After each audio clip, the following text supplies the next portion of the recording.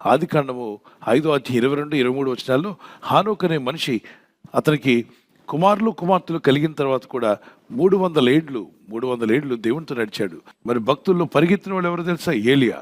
ఒక్క పూట భోంచేసి ఆయన పరిగెట్టాడంట. అంతేకాకుండా 40 రాత్రింపగలు నడిచాడు. ఆహాబు రథం కన్నా నడుం కట్టుకొని పరిగెత్తిన ఆయన పేరేంటి? ఏలియా. నేను అనుకుంటున్నాను, రన్నింగ్ రేస్ పెడితే ప్రవక్తలందరికీ ఎవరు ముందు వస్తారు? ఏలియా గారు ముందుకు వస్తారు. ఎందుకంటే ఆయన తల మోకాళ్ళ మధ్యలో పెట్టి ప్రార్థన చేశాడంట. ఐ థింక్ ఏలియా has a great zeal for God. దేవుని కోసం చాలా జీల్ కలిగి ఉన్నాడు, పట్టుదల కలిగిన వాడు. అక్కడ అంటాడు ఆమోస్ గ్రంథంలో, నీవు పరిగెత్తునప్పుడు నేను ఇచ్చిన దర్శనము కనబడేలాగా రాసుకుని అంటించబడ్డాడు. పరిగెట్టేటప్పుడంట మన దర్శనం కనబడాలంట, రాసుకొని పెద్ద అక్షరాలతో పరిగెడుతూ అది చూస్తూ చదువుతూ పరిగెత్తాలంట.